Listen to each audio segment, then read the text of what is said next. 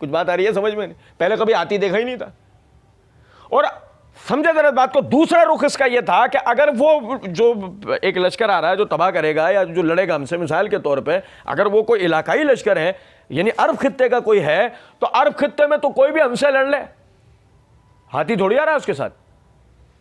اور سمجھے ذرا بات کو، تو وہ تو حرب فجار لڑے ہوئے لوگ تھے، 1 صدی تک ان کی لڑائی چلتی رہی، انہوں کو پرواہ نہیں تھی، انہوں نے 3 نسلیں اپنی اس کے اندر جھونک دی تھی، انہیں کوئی پرواہ نہیں تھی، لڑ رہے تھے وہ. اور اگر آج بھی کوئی آ کر کھڑے ہو کر یہ کہتا ہے فلاں تم سے لڑنا، آ جائے لڑ لو، جتنے لڑ لو. وہ تو ایسے تھے، قرآن نے نہیں توجہ دلائی. یاد کرو اس وقت کو جب تم آپس میں ایک دوسرے کے دشمن تھے، ہم نے تمہارے دلوں میں ایک دوسرے کے لیے محبت پیدا کر دی. اور وہاں جو لفظ استعمال آتا ہے وہ ہوتا ہے بس جانی دشمن کے لیے لفظ استعمال ہوتا ہے. لڑنے سے تو پیچھے ہٹنے والی قوم ہی نہیں تھی، وہ نہ پہلے تھی نہ آج ہے. آپ سمجھیں ذرا اس بات کو کہ رسول اللہ صلی اللہ علیہ وسلم کہہ رہے ہیں کہ اگر میں تم سے کہوں کہ ایک لشکر آ رہا ہے تمہیں تباہ برباد کر دے گا، آپ کہہ رہے ہیں تو ایسی ہوگی. آپ کہہ رہے ہیں تو وجہ، بھائی وجہ یہ ہے، انہوں نے 2 لفظوں میں وجہ بتائی کہ ایک تو آپ سے زیادہ سچا ہم نے کسی کو نہیں پایا، آپ سے زیادہ امانت دار ہم نے کسی کو. آپ سچے ہیں، اپنی گواہی میں سچے، اپنی بات میں سچے. آپ کہہ رہے ہیں تو بات بالکل ایسی ہوگی. آپ کہہ رہے ہیں تو بات بالکل ایسی ہوگی. فرمایا قولوا لا الہ الا اللہ تفلحوا تملک العرب والعجم، تو پھر تم کو اللہ کے سوا کوئی الہ نہیں ہے، تم کامیاب ہو جاؤ گے اور عرب و عجم کے تم مالک بنائے جاؤ گے. عرب و عجم کے،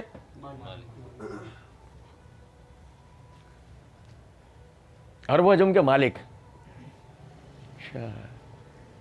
یہ بات کسی ایسے آدمی کو سمجھ آ سکتی ہے جو بھیڑے چراتا ہو، کھیت اگاتا ہو، کھیت کھلیان. یہ ایسے آدمی کو ایک دم بات سمجھ میں آتی ہو کہ جو امی ہے، اپنی زبان کے علاوہ کوئی زبان نہ تو پڑھ سکتا ہے، اپنے ہنر و فنون کے علاوہ دوسرے ہنر و فنون جانتا. اس سے اگر پوچھا جائے کہ افریقہ جو نا، افریقہ وہ پورا جنگلات والا بر اعظم ہے، بر اعظم یہ کیا ہوتا ہے؟ وہ تو وہ ہے، انہیں تو پتہ ہے، انہیں تو دنیا تیسری دنیا کہا کرتی تھی، انہیں تو دنیا تیسری دنیا کہا کرتی تھی. تو اب جب وہ یہ بات کہی ہے تم عرب و عجم کا مالک بنائے جاؤ گے، تو انہیں سمجھ میں آئے گی. یہی وجہ ہے کہ سگے چچا ابو لہب نے کہا کہ تیرے ہاتھ مٹی میں مل جائیں نعوذ باللہ، کیا تو نے ہمیں اس لیے یہاں پہ جمع کیا ہے؟ کیا تو نے ہمیں اس لیے، کیا مطلب؟ یہ کوئی بات ہے؟ سمجھ میں آ رہی ہے؟ سمجھ میں آنے والی بات ہی نہیں ہے. ہم کیسے پورا عرب و عجم پوری دنیا پہ ہم کیسے حکومت کر سکتے ہیں؟ اور بھائی میری بات سمجھ، یہ رسول کی تعلیمات تھی. پہلی دفعہ میں سمجھ میں آئی؟ پہلی دفعہ میں کبھی نہیں سمجھ میں آتی. اس پہ پہلے ایمان لانا پڑتا ہے کہ رسول اپنی طرف سے کوئی بات کرتا، جو شروع میں ہم نے پڑھا وما ينطق عن الهوى ان هو الا وحی یوحى. اگر تم اللہ کو مانتے ہو تو رسول جو کہہ رہا ہے چپ چاپ اس پہ عمل کرو. یہ طریقہ ہے. میں یطیع الرسول فقد اطاع اللہ، جس نے میرے رسول کی فرما برداری کی اس نے گویا اللہ کی فرما برداری کری. یہ جیسے دوسرے مقام پہ فرمایا وَلَقَدْ أَرْسَلْنَا مِن رَسُولٍ إِلَّا لِيُطَاعَ بِإِذْنِ اللَّهِ، اور ہم نے ہر رسول اس لیے بھیجا ہے ہمارے حکم سے اس کی پیروی کرو.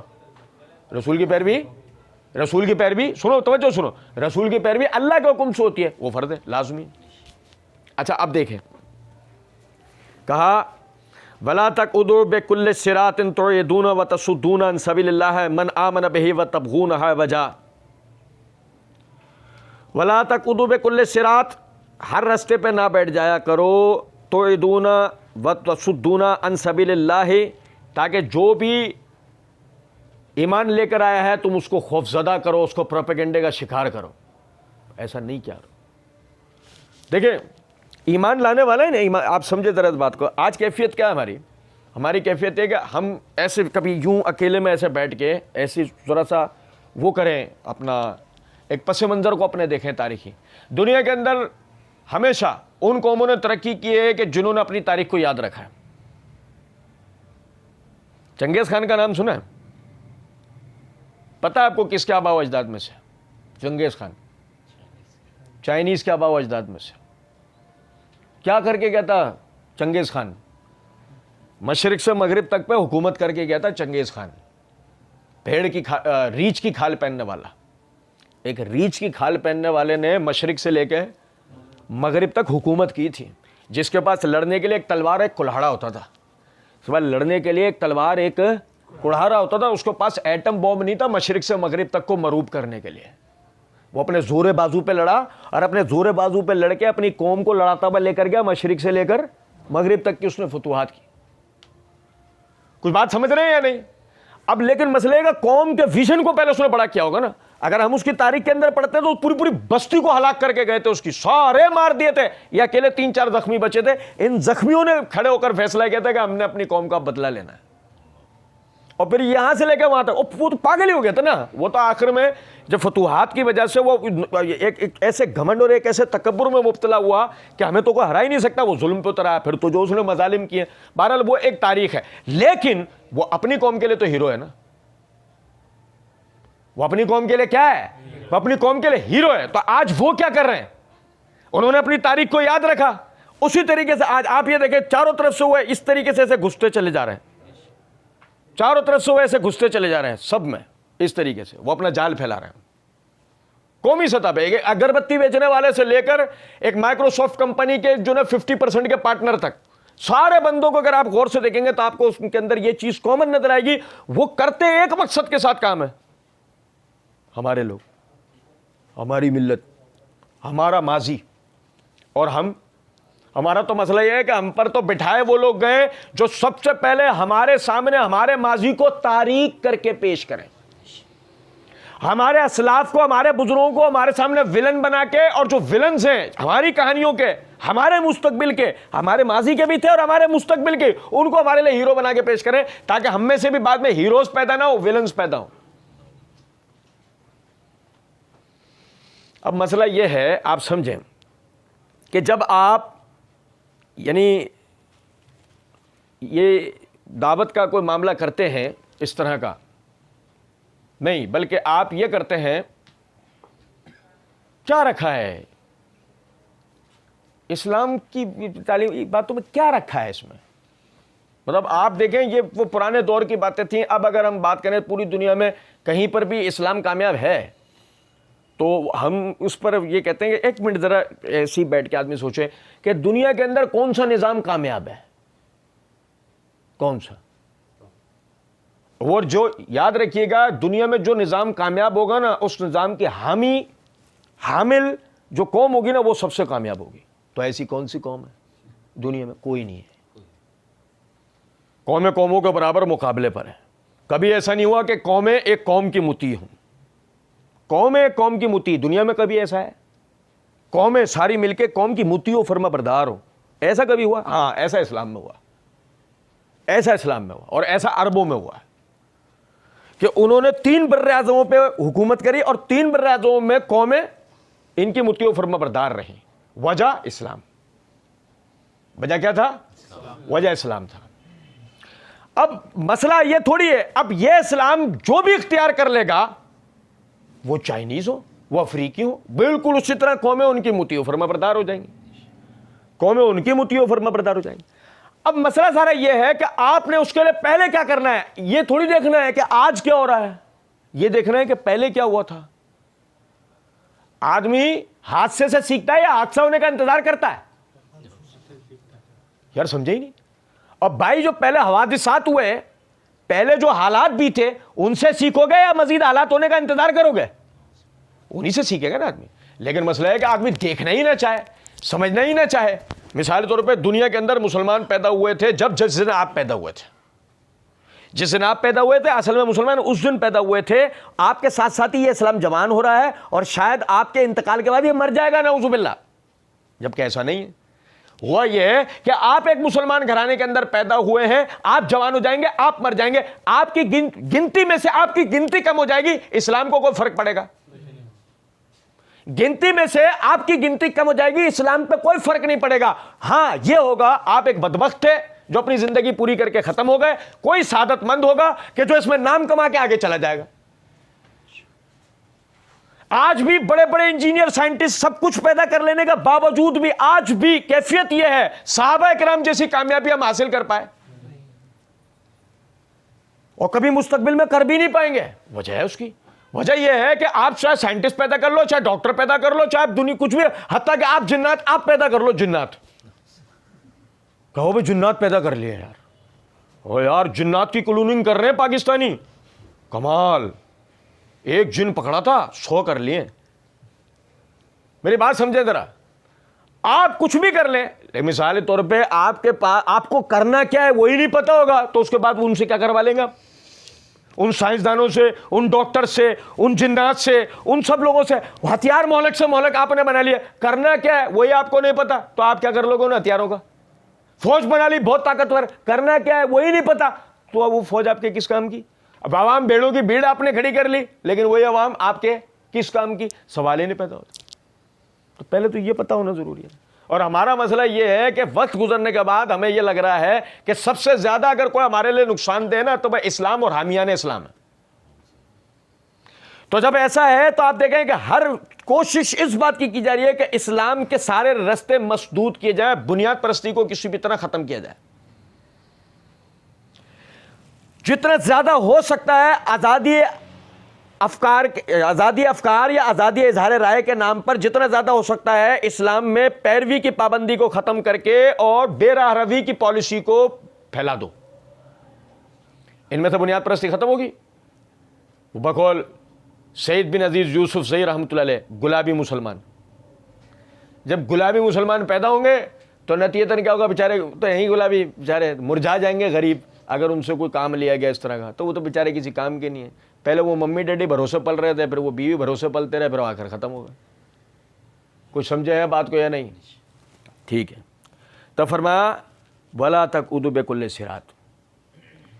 اب پتہ ہے خیبر کے یہودیوں نے ایک پالیسی بنا لی تھی. انہوں نے پالیسی یہ بنائی کہ ٹھیک ہے ہم مسلمان تو نہیں ہوتے, میری بات توجہ سنیے گا, ہم مسلمان تو نہیں ہوتے لیکن کم از کم ہم اسلامی قوانین پر عمل کریں گے.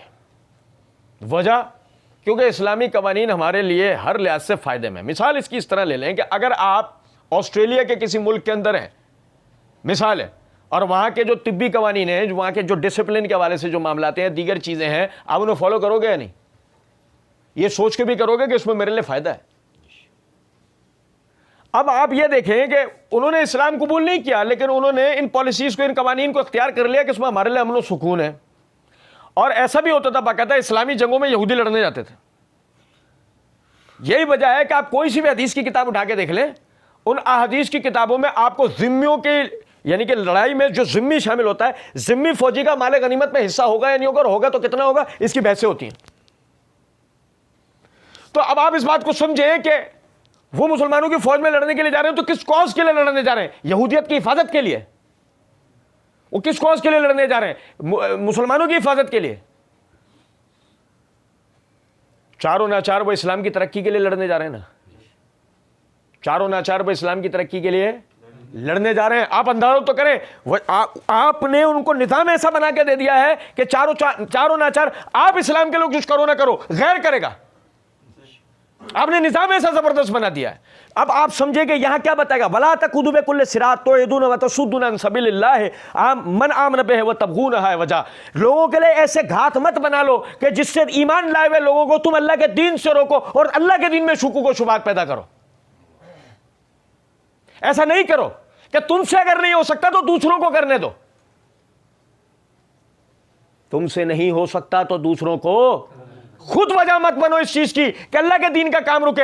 یاد رکھو تم اللہ کے دین کو نہیں, اپنے امن و سلامتی کو روک رہے ہو. احتساب کا جو ڈر ہے, میں آپ کو آج ایک بات بتاتا ہوں. احتساب کس بلا کا نام ہے ہمیں نہیں پتا. اگر یقین کریں آج اسلام کا نفاذ ہو اور ہمیں پتہ لگے نا احتساب کہتے ہیں کس کو ہیں, کہ دیکھو غور طلب نکتہ ہے کہ نبی صلی اللہ علیہ وسلم مسجد نبوی میں آپ صرف اس بات کے اوپر, صرف اس بات پہ کہ ایک قبیلے کے امیر آدمی نے چوری کر لی, طاقتور آدمی نے چوری کر لی, اور اس قبیلے والے نے ایک صحابی رسول کو آ کے کہا تو ہمارا بھائی ہے, ہمارے قبیلے سے تعلق رکھتا ہے, جی ہمارا تیرے اوپر حق ہے, جی یہ نبی صلی اللہ علیہ وسلم سے سفارش کر دے, اس کے ہاتھ نہیں کاٹیں, اس کے ہاتھ نہیں کاٹیں, جو بھی بدلہ میں سزا ہو سکتی ہے وہ ہم تیار ہیں, بس اس کے ہاتھ نہیں کٹنے چاہیے. وہ آیا, اس نے نبی صلی اللہ علیہ وسلم سے سفارش کر دی. اب اس سے پہلے تو کوئی بات تھی ہی نہیں ایسی, اس سے پہلے قوانین میں ایسی کوئی بات تھی ہی نہیں کہ آپ مجرم کے لیے سفارش نہیں کر سکتے. اس سے پہلے کبھی نہیں تھی یہ بات, کبھی ہوا بھی نہیں تھا ایسا. وہ صحابی بھی سادگی میں گیا, اس نے جا کے سفارش کر دی کہ اللہ کے رسول ہاتھ کاٹنے کی بجائے کچھ اور اس کے لیے اگر ہو سکتا ہو. نبی صلی اللہ علیہ وسلم نے یہ بات سنی, آپ فوراً مسجد کے اندر تشریف لے گئے, سب حضرات کو اکٹھا کیا گیا. جب سب حضرات اکٹھے ہو گئے, اللہ کی حمد و ثنا بیان کی اور فرمایا تم میں سے بعض لوگ میرے پاس مجرموں کے لیے سفارشیں لے کر آتے ہیں. تم میں سے بعض لوگ میرے پاس کس کے لیے؟ بھائی دیکھو نا, صحیح حدیث ابو داؤد نسائی ابن ماجہ کے اندر ہے, ایک دوسرے کے لیے سفارش کیا کرو, ایک دوسرے کے لیے سفارش. بھائی حق بات کے لیے سفارش کرنا تو اسلام کا حکم ہے. کسی میں کوئی صلاحیت ہے, وہ صلاحیت بروئے کار لائی جا سکتی ہے, تو آگے اس کے لیے سفارش کرو تاکہ اس کی صلاحیت کو بروئے کار لایا جا سکتا ہو. تو اچھی بات کے لیے سفارش کرنے کا حکم تو ہمارے دین نے دیا. لیکن اسی وجہ سے اپنے بات کی ابتدا کیا کہہ کے کیے کہ تم میں سے بعض لوگ مجرموں کی سفارشیں میرے پاس لے کر آتے ہیں. یاد رکھو, محمد کی بیٹی فاطمہ بھی اگر چوری کرے گی میں اس کے بھی ہاتھ کاٹوں گا صلی اللہ علیہ وسلم. قانون سے بالا تر کوئی بھی نہیں ہے, قانون سے بالا تر. اور قانون میں یہ نہیں ہے, سنو ذرا بات کو, کہ اگر مثال کے طور پہ ماسی نے چوری کی تو اسے کتے کی طرح مارتے ہوئے اس کے ہاتھ پیچھے باندھ کے گھسیٹتے ہوئے تھانے لے کے گئے, اور وہ سب سے بڑا چور ملک کی ساری پراپرٹی لے کے باہر بھاگ گیا, اس کو پکڑ کے لانے کے لیے کوئی سلسلہ نہیں ہے. کوئی شک قانون میں ایسی نہیں رکھی جاتی جس سے کوئی دوسرا بالا تر ہو جائے. آپ میری بات سمجھ رہے ہیں یا نہیں؟ تو اصل بات پتہ ہی کیا ہے؟ اصل بات یہ ہے کہ یہ رسولوں کی تعلیمات ہیں. آپ جب تک رسولوں کی تعلیمات کی طرف نہیں آتے, حقیقی امن و سلامتی اگر آپ یہ چاہتے ہیں کہ دنیا میں برپا ہو, سوال ہی نہیں پیدا ہو سکتا کہ دنیا میں حقیقی امن و سلامتی کا کوئی تصور بھی آ سکتا ہو. فرمایا وَاذْكُرُوا إِذْ كُنْتُمْ قَلِيلًا فَكَثَّرَكُمْ وَانظُرُوا كَيْفَ كَانَ عَاقِبَةُ الْمُفْسِدِينَ. کیا سونے کے حروف سے لکھنے کے لائق بات ہے, اللہ کی قسم. فرمایا وَاذْكُرُوا إِذْ كُنْتُمْ قَلِيلًا فَكَثَّرَكُمْ. یاد کرو اس وقت کو کہ تم تھوڑے سے تھے, اللہ نے تمہاری تعداد بنائی ہے. وَانظُرُوا كَيْفَ كَانَ عَاقِبَةُ الْمُفْسِدِينَ. اور یہ بھی یاد رکھو کہ تم سے پہلے جھٹلانے والوں کا پھر اللہ نے انجام کیا کیا ہے. اب بھائی میرے پیارے, آپ کی اکثریت اس وقت, آپ سمجھیں ذرا اس بات کو, دنیا میں 1.80 کروڑ سے اوپر ہیں آپ لوگ. مسلمان دنیا میں کتنے ہیں؟ 1.80 کروڑ سے اوپر ہیں آپ لوگ دنیا میں. اس وقت دنیا میں دوسرے نمبر کی مذہبی آبادی اگر کسی کی ہے تو آپ لوگوں کی ہے. دنیا کا 2/3 آپ ہیں. مثال کے طور پہ آپ اگر اپنے معاملات کو روک دیں, آپ دنیا کی معیشت کے بھٹے کو بٹھا سکتے ہیں, چلائیں گے بھی آپ, بٹھائیں گے بھی آپ. آپ جنگ چھیڑ دیں, کسی کا باپ نہیں روک سکتا, چلائیں گے بھی آپ, روکیں گے بھی آپ. آپ قتل و غارت شروع کر دیں تو کریں گے بھی آپ اور روکیں گے بھی آپ. لیکن اس سب کے لیے آپ کا آپ ہونا ضروری ہے, تم ہونا نہیں. اس کے لیے ضروری ہے آپ کا ایک جٹ ہونا, ایک گروپ ہونا, ایک امت ہونا, ٹولیاں ہونا نہیں, قومیں ہونا نہیں.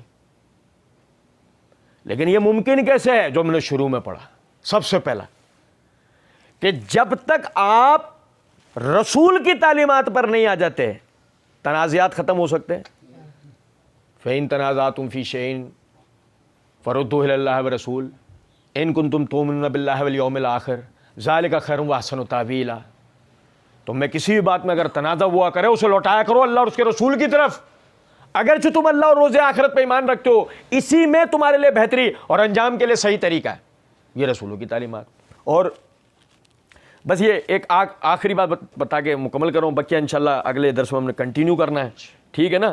اللہ رب العزت نے سورہ صافات کے اندر آیت نمبر 123 124 کے اندر فرمایا وَإِنَّ إِلْيَاسَ لَمِنَ الْمُرْسَلِينَ إِذْ قَالَ لِقَوْمِهِ أَلَا تَتَّقُونَ. اور الیاس اللہ کے رسولوں میں سے ایک تھے, جبکہ انہوں نے اپنی قوم سے کہا تم تقوی اختیار کیوں نہیں کرتے ہو؟ تم تقوی کیا ہے؟ تقوی ہم نے سورہ بقرہ میں پڑھا تھا. اور میرے بھائی سنو ذرا بات کو, اللہ کا ڈر, تقوی کس چیز کا نام ہے؟ تقوی کے معنی ہے اللہ کا ڈر. کس بات کا اللہ کا ڈر؟ میں آپ کو بتاؤں. آپ پہلے دنیاوی اعتبار سے دیکھیں. ابو جہل چھوڑیں اسے بھی, ہم پڑھیں گے اگلی دور کو یہیں سے کنٹینیو کریں گے. فرعون, آپ کو پتہ ہے کیفیت یہ ہے, بنی اسرائیل مصر کے اوپر حاکم ہے, بنی اسرائیلیوں نے قبطیوں کے اوپر ظلم ڈھانے شروع کیے, قبطیوں کو مارا پیٹا, ان سے ان کے مراعات چھین لیے گئے, ان سے ان کے عہدے چھین لیے گئے, ان سے ان کی جائیدادیں چھین لی گئی, یہ سارے معاملات ہو گئے. قبطیوں نے انقلاب برپا کیا, قبطیوں نے مارنا شروع کیا ان کو, اور آخر کار وہ تخت و تاراج ہوئے اور تخت پہ براجمان ہو گیا جو بعد میں کہلایا فرعون.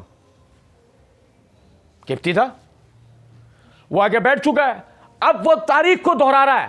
کیا تاریخ کو دہرا رہا ہے؟ بنی اسرائیلیوں کو ذبح کروا رہا ہے, ان کی عورتوں کی عصمت دریاں کروا رہا ہے, ان کی جائیدادوں پہ قبضہ کر لیا, سارے مرد مروا دیے, اور ڈھونڈ رہا ہے جو بھی لڑکا پیدا ہوتا ہے ذبح کر دو, جو بھی لڑکا پیدا ہو ذبح کر دو.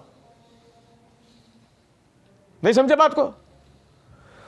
آپ یہ دیکھیں خالی کہ پہلے کہ جب ان پہ مظالم ڈھائے جا رہے تھے, اللہ رب العزت نے ان کو ان مظالم سے نجات دی اور ان کو وہ منصب عطا کیا کہ جس پہ رہ کر وہ پوری دنیا میں امن و سلامتی کا معاملہ کر سکتا تھا. لیکن پڑھیں گے اگلے درس میں انشاءاللہ, بجائے امن و سلامتی کا معاملہ کرنے کو اس نے اپنی طاقت کا ناجائز استعمال کرتے ہوئے وہی ظلم کو دہرایا. اس نے جب اس نے ظلم کو دہرایا تو نتیجتاً کیا ہوا؟ نتیجتاً آپ دیکھیں کہ دنیا کا سب سے طاقتور آدمی اس وقت پوری دنیا میں فرعون سے زیادہ طاقتور آدمی کوئی نہیں تھا. بہت طاقتور آدمی, بہت, آپ گمان نہیں کر سکتے. جس کے غلام سونے کے لباس پہنتے ہو وہ آدمی کتنا طاقتور ہوگا, آپ اندازہ تو کریں یار.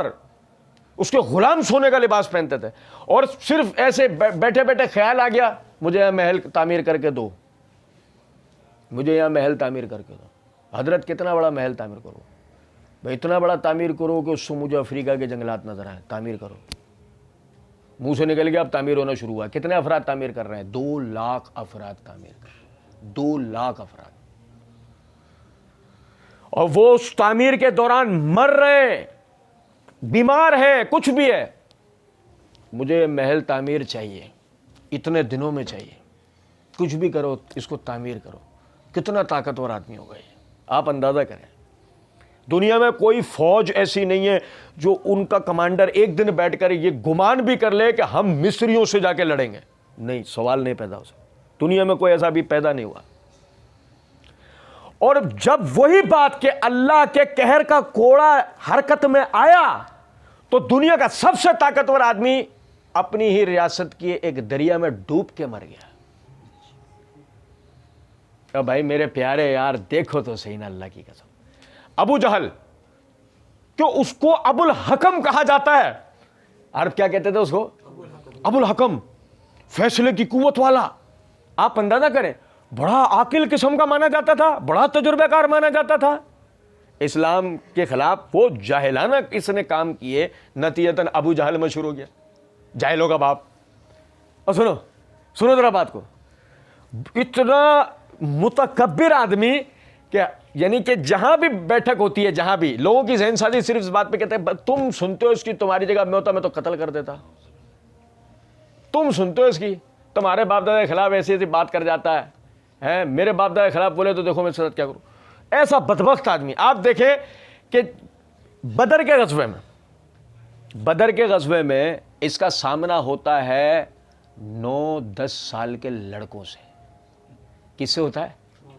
اور اللہ اسے مروا دیتا ہے کن کے ہاتھوں؟ 9 اور 10 سال کے لڑکوں سے. اور یقین کریں کہ جب ابو جہل گر رہا ہوتا, اس کی قومی حمیت اپنے عروج پہ ہوتی کہ اسے مارا کس نے؟ اس کے بھتیجوں نے. اس کو مارا کس نے؟ اس کے بھتیجوں نے. کیونکہ یہی وہ خون رکھتے ہیں, یہی وہ بہادری کا خون رکھتے ہیں, یہی مار سکتے ہیں اگر کسی کو مارے تو. لیکن اوس و خزرج تک معمولی دیہاتی ہے, وہ کھرپی پکڑنی نہیں آتی, تلوار کہاں سے پکڑیں گے وہ ہمارے مقابلے میں کیا اہلیت رکھتے ہیں. او بھائی وہ معاذ اور موز جو 2 بچوں نے اس کو مارا وہ یہ اوس و خزرج کے تھے, اس کے کوئی بھتیجے نہیں. ایک غیر قوم کے آدمی, معمولی 2 لڑکوں نے اس کو ہلاک کیا. اللہ نے ایک عزت والے سردار کو معمولی لڑکوں سے ہلاک کروا دیا. کیوں؟ کہ جو عزت اس کو دی تھی وہ دی کسی اور کام کے لیے تھی, اس نے اس کو استعمال کہیں اور کرنا شروع کر دیا تھا. اللہ سے ڈرنا چاہیے. آپ کو جو کچھ بھی ملا ہے وہ کسی وجہ سے ملا ہے, اس وجہ کو پورا کریں اللہ کے لیے. کلکم رائع و کلکم مسئول, تم میں سے ہر ایک کو کوئی نہ کوئی ذمہ داری دی گئی ہے, تم میں سے ہر ایک سے اس کی ذمہ داری کے بارے میں کل قیامت کے دن سوال ہوگا. اور میرے بھائی آپ اس بات کو سمجھیں کہ اگر ہم یہ سمجھتے ہیں ہم معمولی سے لوگ ہیں تو آپ معمولی ہیں, آپ اپنی ذات کے اندر, آپ معمولی ہیں اپنے لوگوں کے اندر, لیکن اصل میں آپ اللہ کے بندے ہیں, اور کوئی بھی اللہ کا بندہ معمولی نہیں ہوتا. کیونکہ سب سے پہلی تو یہ چیز ہے نا کہ بندگی کی اس کے اوپر ذمہ داری دی گئی ہے, اور اس بندگی کی ذمہ داری کے بارے میں اس کو اللہ سے ڈرتے ہوئے اس پہ کام کرنا چاہیے کہ کل قیامت کے دن اس کی جواب طلبی ہوگی. تو کہا اے میری قوم, توحید, آخرت, تقدیر, ساری چیزیں اپنی جگہ, الا تتقون, تم پہلے یہ بتاؤ تم پرہیزگاری کیوں نہیں اختیار کرتے ہو, تم تقوی کیوں نہیں اختیار. تقوی ہوگا ساری بات سمجھ میں آئے گی. اللہ کا ڈر دل میں نہیں ہوگا نا, اس کے بعد آپ کچھ بھی سمجھا لو سامنے والے کو سوال ہی نہیں پیدا ہوتا, اس کو بات سمجھ میں آئے. سب سے مین چیز ہے, بنیادی یہ. صحیح مسلم میں حدیث ہے, نبی صلی اللہ علیہ وسلم نے فرمایا انسان کے جسم میں ایک ایسا حصہ ہے کہ اگر وہ صحیح ہوا تو پورا جسم صحیح ہوگا, وہ اگر خراب ہوا تو پورا جسم خراب ہو جائے گا. اور آپ نے ایسے سینے کی طرف اشارہ کیا اور فرمایا التقوی ہا ہونا, یعنی یہ وہ جگہ ہے کہ اگر یہ صحیح ہے تو پورا جسم صحیح ہے, اور یہ صحیح نہیں ہے نا, دل صحیح نہیں ہے نا, تو آدمی کا سب کچھ سب خراب ہو جائے گا. اور فرمایا التقوی ہا ہونا, کہ تقوی یہاں ہوتا ہے, تقوی یہاں ہوتا ہے. ورنہ خالد بن ولید کو کون دیکھ کے کہہ سکتا ہے کہ ہم نے تو تقوی وہ سمجھ رکھا نا, ہم تو تقوی اس کو سمجھتے ہیں ڈرامے بازیوں کو. اور بھائی اللہ کا ڈر تقوی ہے. آپ کسی یعنی جو اللہ نے جن باتوں کے لیے منع کر دیا آپ ان سے باز آ جاؤ, یہ تقوی ہے. اللہ نے جن کاموں کا کرنے کا حکم دے دیا انہیں کر لو, یہ تقوی ہے. ورنہ خالد بن ولید ہے, علی بن ابی طالب ہے, عبد الرحمن بن عوف ہے, ابو عبیدہ بن جراح ہیں, یہ سارے زبردست قسم کے فوجی تھے. ان میں یہ آپ کو کہاں ملے گا, یہ چیز کہاں ملے گی؟ فوجیوں میں کب ہوتی ہے؟ فوجیوں میں تو یہ چیز ہوتی نہیں. یوں ان کے جسم سخت ہوتا ہے, پتھر دے جسم, وہ تو خالد بن ولید ہوتی.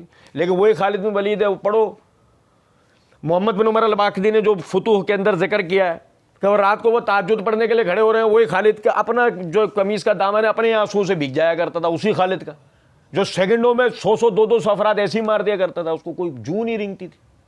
اپنی تلوار سے ہلاک کرتا, اپنی تلوار سے میدانوں میں تلواریں توڑ دیا کرتا تھا. وہی خالد اللہ کے حضور جب کھڑا ہو رہا ہے تو وہ ایسے رو رہا ہے جیسے کوئی معصوم بلک چھوٹا سا کوئی بچہ ہو. کس وجہ سے؟ اللہ سے ڈر کی وجہ سے, جواب دہی کے ڈر کی وجہ سے, اپنے اعمال کی وجہ سے, کہ میرے کسی بھی عمل کو لے کے اللہ کی بارگاہ میں میری پکڑ نہ ہو جائے. تو یہ رسولوں کی تعلیمات ہے کہ آپ کو رسول سکھاتے ہیں پرہیزگاری, رسول سکھاتے ہیں تقوی. اگر آپ میں تقوی پرہیزگاری نہیں ہے, آپ اس چیز کے لیے ذہن نہیں بناؤ نہیں کچھ بھی ہو جائے گناہ نہیں کروں گا, گناہ کا کام نہیں کروں گا, نہیں کوئی چھوٹا نہیں ہوتا, کوئی بڑا نہیں ہوتا, سب بیکار باتیں ہیں. گناہ ہے, گناہ ہے. کہ اللہ کی ناراضگی کا کام ہے. اللہ کی ناراضگی کب چھوٹی ہوئی ہے؟ اللہ کی ناراضگی بندے کے حق میں کبھی چھوٹی ہو سکتی ہے؟ بڑی بڑی ہے, بڑی بات. اس لیے اس پر اپنا ذہن بنائیں کہ کچھ بھی ہو جائے ہم نے رسولوں کی تعلیمات کے اوپر عمل کرنا ہے. رسولوں کی آنے کا مقصد یہی تعلیمات ہے, کچھ چیزیں باقی ہیں انشاءاللہ اگلے درس میں ہم یہیں سے کنٹینیو کریں گے. وما علینا الا البلاغ.